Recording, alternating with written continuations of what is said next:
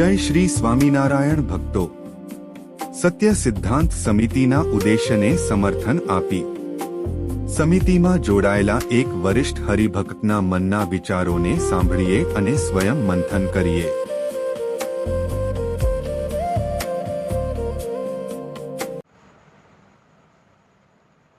સર્વે પૂજનીય સંતો તથા સર્વે આદરણીય ભક્તજનો, સૌને અમારા સત્ય સિદ્ધાંત સમિતિ વતી જય સ્વામિનારાયણ.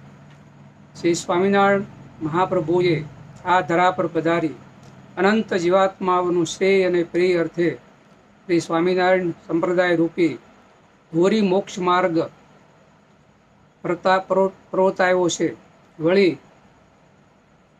અનંતકાળ સુધી સંપ્રદાયના જે આશ્રિત લોકો છે તેનું કલ્યાણ થાય, તેમના જીવાત્માનું શાંતિ મળે, તે માટે પોતે સ્વહસ્તે શિક્ષાપત્રી લખી અને પોતે દેશ વિભાગનો લેખ આ 2 શાસ્ત્રોની રચના પોતે જાતે કરી. વળી મહારાજ વખતના જે નંદ સંતો હતા તેમની પાસે પણ પોતે વચનામૃત, સત્સંગી જીવન, ભક્ત ચિંતામણી આદિક ધર્મ ગ્રંથોની તેઓએ રચના કરાવી અને આ સદગ્રંથો દ્વારા, પ્રસાદીના પત્રો દ્વારા, કીર્તનો દ્વારા શ્રીજી મહારાજે એ પ્રમાણિત અને આધારભૂત સદગ્રંથો દ્વારા પોતે ઉપદેશો આપ્યા અને કેટલાક આદેશો પણ લિખિતમાં કરી આપ્યા. શ્રી હરિ સ્વધામ ગમન કર્યું એને હજી 200 વર્ષ પૂરા થયા નથી, ત્યાં તો આજે મૂળ સંપ્રદાયમાં ઘણો ફેરફાર આપણે જોવા મળી રહ્યો છે. એમ કહો કે આપણો મૂળ સંપ્રદાય આજે વિકટ પરિસ્થિતિમાંથી પસાર થઈ રહ્યો છે. જે મોક્ષમૂલક સંપ્રદાયની શાખ અને ગરિમામાં હતી તેની જાણે કે ઓટ આવી ગઈ છે. સીધી રીતે કહેવું તો એમ પણ કહેવાય કે આ કલ્યાણનો જે સંપ્રદાય હતો એ જાણે આજે કલહનો સંપ્રદાય બની ગયો હોય એવું આપણે અનુભવી રહ્યા છીએ. અને તેથી અતિ ખેદ સાથે કહેવું પડે કે કેટલાક અનિષ્ટ તત્વો શ્રીહરિ સ્થાપિત સિદ્ધાંતો, બંધારણ, આજ્ઞાઓ વગેરેનું સડેશોક ભંગ કરી રહ્યા છે. પોતાના નિજી સ્વાર્થ માટે, રાગ દ્વેષ માટે, સત્તા, સંપત્તિ અને ધન પ્રાપ્તિ માટે ન કરવા જેવા કામો કરી રહ્યા છે. અનેક પ્રપંચો, ષડયંત્રો, કાંડો, કૌભાંડો કરી સંપ્રદાયનું જે શુદ્ધ વાતાવરણ છે તેને ડહોળી રહ્યા છે. આવા સમયે શ્રીહરિના ખરેખર નિષ્ઠાવાન, પ્રમાણિક, આજ્ઞાંકિત, મુમુક્ષુ, ત્યાગી ગૃહી ભાઈઓ બહેનો છે તેમને આ મૂળ સંપ્રદાય, મુખ્ય સંપ્રદાય જે છે તેમની સતત ચિંતા થતી હોય છે.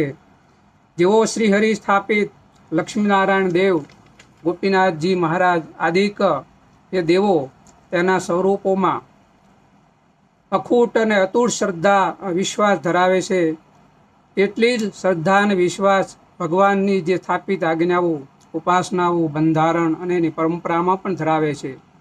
જે વ્યક્તિઓ કે સંસ્થાઓ શ્રી સ્વામિનારાયણ ભગવાન તેના સંપ્રદાય નામે ચાલે છે પણ શ્રીહરિના બંધારણ અને સિદ્ધાંતો, આજ્ઞાઓને અનુસરવા તેઓ તૈયાર નથી, ત્યારે શ્રીહરિ સ્થાપિત સિદ્ધાંતો, બંધારણ, મર્યાદાઓ અને પરંપરાઓ જીવંત રહે અને સ્વામિનારાયણ સંપ્રદાય પૂર્વવ્રત, શુદ્ધ, નિષ્કલંકિત બને તે માટે આપણે સૌએ હરિભક્તો દ્વારા સત્ય સિદ્ધાંતની સમિતિ એ નામનું એક સંગઠન આપણે તૈયાર કરી રહ્યા છીએ. તેમાં સૌ હરિભક્તો તટસ્થ ભાવે જોડાય, સંપ્રદાય માટે કંઈક કરી છૂટવાની ભાવનાથી જોડાય. આ સંપ્રદાય મારો છે અને હું સંપ્રદાયનો છું એવા ભાવથી કામમાં લાગી જાય. સૌ હરિભક્તો જાગૃત થાય, યત્કિંચિત પોતાના સમય શક્તિનું યોગદાન આપે.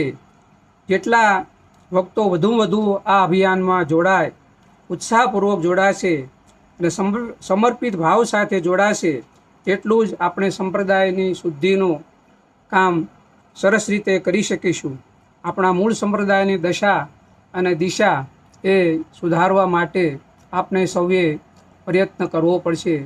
શ્રીજી મહારાજે પ્રથમના 18મા વચનામૃતમાં જણાવ્યું છે કે કુપાત્ર કોઈ જીવ હોય તો તેને નિયમ ધરાવીને સત્સંગમાં લેવો, પણ સત્સંગમાં આવ્યા પછી પણ જો કુપાત્રપણું રાખે તો બાઈ હોય કે ભાઈ હોય તેને બહાર કાઢી મેકવો, નહીતર એ જાજો બિગાડ કરશે. અને મહારાજે આગળ આ વાતને સમજાવવા માટે દૃષ્ટાંત આપ્યું કે જેમ આંગળીને સર્પે કરડ્યું હોય કે કીડિયાનો રોગ થયો હોય તો એટલું અંગ તુરંત કાપી નાખવું જોઈએ, તો એ પંડે કુશળ રહે. માટે કુપાત્ર જીવ કોઈ સત્સંગમાં હોય તો એનો ત્યાગ કરજો અને ભલા થઈને આ અમારું વચન જરૂર ને જરૂર માનજો, તો અમે તમારા ઉપર રાજી રહીશું અને તમને આશીર્વાદ આપીશું અને આ લોકમાં અને પરલોકમાં આપણે સાથે રહીશું અને ભગવાનનું જે ધામ છે ત્યાં આપણે બધા સાથે રહીશું. અને જો આમ નહીં રહો તો તમારે અને અમારે ઘણું શેટવું પડશે અને આ લોકમાં અને પરલોકમાં મહા દુઃખ પામશું. માટે ભલા થઈને અમારા દાખલા હમું જોજો. આવું શ્રીજી મહારાજે પણ આપણે એ ટકોર કરી છે. તો આ શ્રીજી મહારાજનું વાક્ય, એના વચનો આપણે અંતરમાં ધારીએ અને બને એટલું આ સંપ્રદાયને આપણાથી સેવા થાય. અને મહારાજે જે સ્થાપ્યો હતો અને ત્યાર પછી 100 વર્ષ સુધી જે સંપ્રદાય જે ગરિમા રહી છે, જે ઉજ્જવળતા રહી છે, એવી જ પુનઃ એને આપણે સ્થાપિત કરીએ અને ગૌરવંતો સંપ્રદાય બનાવીએ અને એમાં આપણે સૌ ભાવથી જોડાઈએ અને સંપ્રદાયને આગળ લઈ જવા માટે યત્કિંચિત આપણું યોગદાન આપીએ અને સત્સંગની આપણે સેવા કરીએ.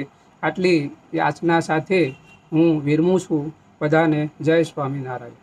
તમે પણ અભિયાનમાં જોડાવા માંગતા હોય તો નીચે આપેલા નંબર પર નામ, ગામનું નામ અને ફોન નંબર લખી વોટ્સએપ કરો તથા ચેનલ સબસ્ક્રાઇબ કરી કોમેન્ટ સેક્શનમાં જય સ્વામિનારાયણ લખો.